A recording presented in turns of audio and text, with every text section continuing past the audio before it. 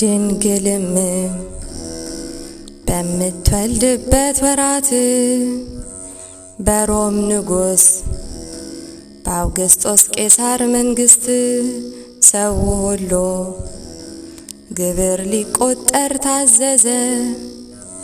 ዮሴፍም ድንግልን ይዞ ተጓዘ ከገሊላ ከነበረበት መንደር ቤተልሔም ወደምትባል ሀገር ከኤፍራታ ይወጣል ብሎ ንጉስ ሚልክያስ የተናገረው ሊደርስ ሳታፋልስ የወላዶችን ሥርዓት በታኅሳስ በ29 ዕለት ከዚያው ሳሉ የምትወልድበት ቢደርስ ተወለደ።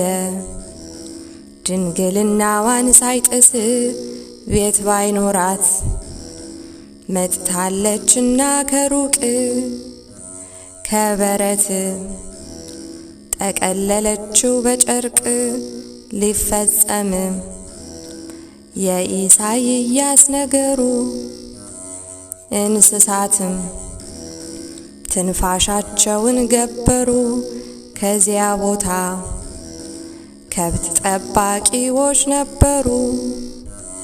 ያዩ ነበር ካሉበት ቦታ ድረስ የብርሃን ጎርፍ ከቤተልሔም ሲፈስ። እረኞቹም የብርሃኑን ጎርፍ አይተው እጅግ ፈሩ። ምን ነገር ነው ብለው መልአኩም ፍርሃታቸውን አርቆ ነገራቸው። ተድላ ደስታውን አድንቆ ልዑል አምላክ ለአዳም ብሎ ተዋርዶ ከድንግል በዳዊት ባሕሪ ተወልዶ ጨርቅ ለብሶ ከበረት መሃል ተጥሎ አለላችሁ ሄዳችሁ እዩት በቶሎ።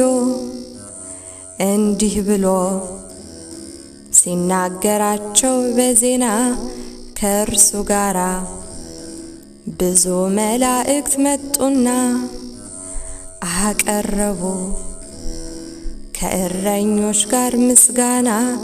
ስብሐት ለአብ ወወልድ ወመንፈስ ቅዱስ ለዓለም እስከ ዘላለም ድረስ